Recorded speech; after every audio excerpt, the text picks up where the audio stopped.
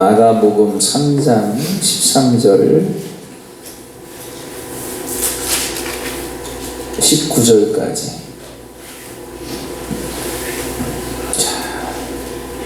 산에 오르사. 함께 한 목소리로 공독합니다.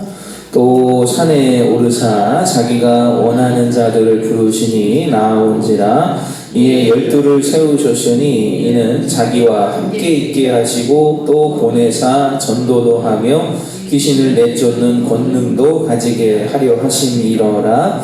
이 12를 세우셨으니 시몬에게는 베드로란 이름을 더하셨고 또 세베대의 아들 야고보와 야고보의 형제 요한이니 이 둘에게는 보아너게 곧 우레이의 아들들이란 이름을 더하셨으며 또 안드레와 빌립과 바돌로메와 마테와 도마와 알페오의 아들 야고보와 및 다데오와 가나나인 시몬이며 또 가룟 유다니 이는 예수를 판 자더라. 아멘.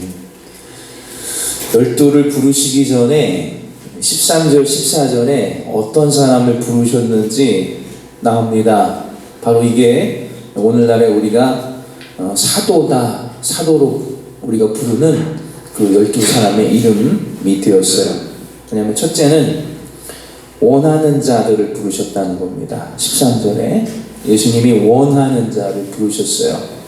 또 14절에 함께 있게 하시고 하는 부분이 있어요.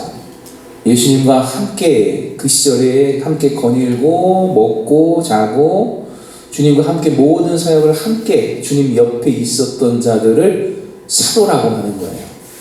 그래서 12사도가 있고 또 마띠아도 함께 동행을 했었기 때문에 이제 제비를 뽑게 되고요. 유다를 충원하게 되고요. 그리고 사도 바울도 자기도 사도라고 계속 강조를 할 수밖에 없었던 이유는 예수님과 함께 다니지는 않았기 때문에. 그러나 다메섹 도상에서 예수님을 만나고 주님께 부름을 받은, 주의 뜻대로 부름을 받은 게 확실하기 때문에 나도 사도다 하고 계속해서 사도 바울 하면서 우리가 부르게 된 것이죠. 12를 부르셨습니다. 어부도 5명, 6명 정도 되고요. 세리 관원으로서 돈 떼먹고 세금 탈루하고 있었던 마태도 부르시고요. 또 어줍지 않은 의사였던 누가도 부르시고요. 12를 부르시는데 그 중에 한 사람이 누구냐? 예수를 팔아먹을 가룟 유다까지 부르셨다라는 거예요. 그래서 우리는 부름받는 은혜에 있어서는 이건 우리 감리교의 교리입니다. 부름받는 하나님의 구원하시기 위한 은혜에는 후회하심도 없고 그들을 구원하기를 원하시고 또 성령 받아 하나님의 일, 복음을 또 전파하는 일을 하게 하기 위해서 하나님의 부르시면 후회 없이 모든 영혼을 부르세요. 가룟 유다도 너 나를 팔아야 되니까 꼭 와 이렇게 부른 게 아니에요. 구원받고 하나님의 복음 전하게 하기 위해서 부르심에는 차별이 없고 후회하심도 없습니다.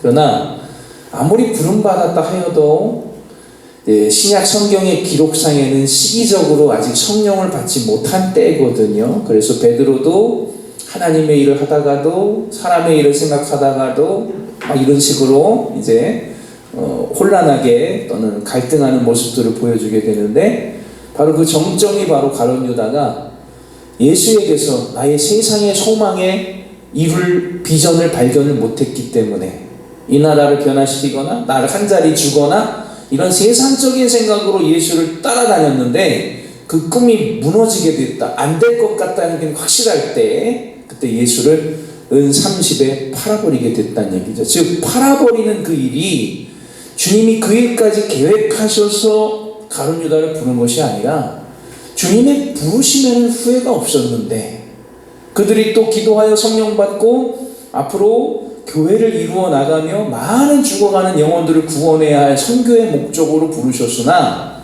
그러나 예수를 팔아버리는 결정을 하고 스스로 자결해버리는 일들은 그가 선택한 그의 자유의지라고 보는 것이죠. 예정론에서는 이런 일까지도 하나님이 왜 모르셨겠느냐. 당연히 전지하시니까 알고 계셨고 베드로는 예루살렘 교회의 귀한 인물이 되고 야고보는 첫 순교자가 될 것이며 또 가룟 유다는 예수를 팔아버릴 것이다 이미 알고 계셨고 그 그것도 예정하시고 이중 예정하시고 버릴 것까지도 예정하시고 부르셨다라고 이해할 수밖에 없지만, 그러나 우리는 부르심에는 하나님의 소망이 있었고 후회하심이 없었지만, 그러나 성령 받기까지 충성하거나 기도에 이르지 못하고 예수를 팔아버리는 자도 되고 떠나버리는, 스스로 죽어버리는 안타까운 자가 되었다.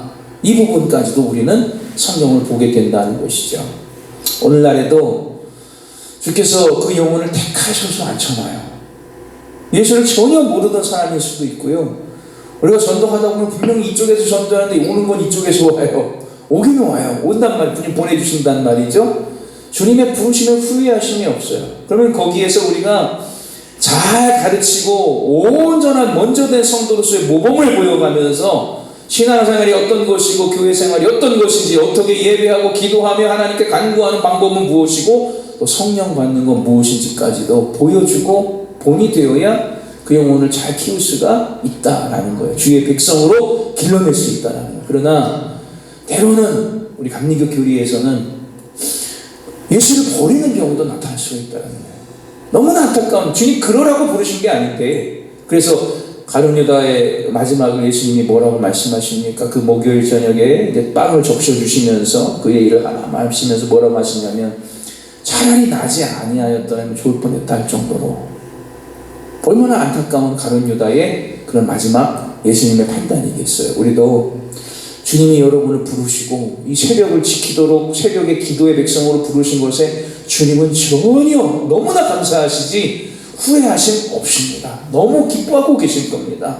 우리에게 주신 사명을 잘 감당해서 하나님의 귀한 사역에 우리가 쓰임받고 또 주님 기뻐하시는 계속 쓰임받는 부르심에 합당한 열매라고 하는 거예요. 그걸 보고 불어주신 그 은혜에 합당한 열매들을 많이 맺어가는, 절대 주님 은혜 가운데 끝까지 지켜야지 중도에 안타까운 일이 벌어지지 않는 하나님의 열매 맺는 백성들이 다 되시기를 주님의 이름으로 간절히 축원합니다. 아멘. 우리 기도하겠습니다.